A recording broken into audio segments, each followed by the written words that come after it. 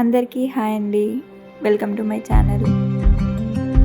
ఈరోజు మష్రూమ్ బిర్యానీ చేయబోతున్నాను. దానికి కావాల్సిన పదార్థాలు ఏంటో చూద్దాం. పుదీనా, కొత్తిమీర, కాజు, ఫ్రైడ్ ఆనియన్స్,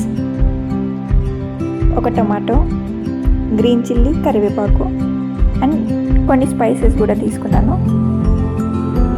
ఇప్పుడు మష్రూమ్స్ కట్ చేసి వాష్ చేసి పక్కన పెట్టుకున్నాను.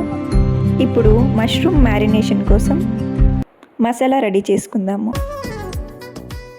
ఇప్పుడు మష్రూమ్స్ తీసుకొని దాంట్లో పుదీనా, కొత్తిమీర, మసాలా రెడీ చేసి పెట్టుకున్నాం కదా, అది కూడా దీంట్లో వేయాలి.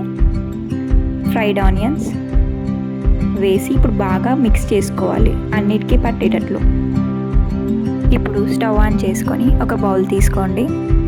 దాంట్లో ఆయిల్, జీరా, పచ్చిమిర్చి, కరివేపాకు, ఆనియన్స్, కాజు, టొమాటో ఇవి వేసి బాగా కలుపుకోవాలి. మనం మష్రూమ్ మసాలా రెడీ చేసి పెట్టుకున్నాం కదా, అది దీంట్లో యాడ్ చేయాలి.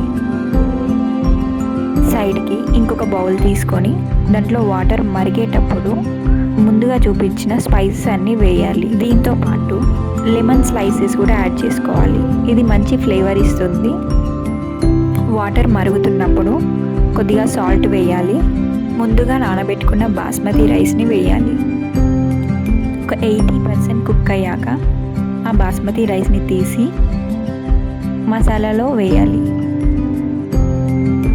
రైస్ వేసాక దానిపైన పుదీనా, కొత్తిమీర, ఫ్రైడ్ ఆనియన్స్ వేయాలి. ఇప్పుడు మూత పెట్టేసి దానిపైన కొద్దిగా బరువు పెట్టాను.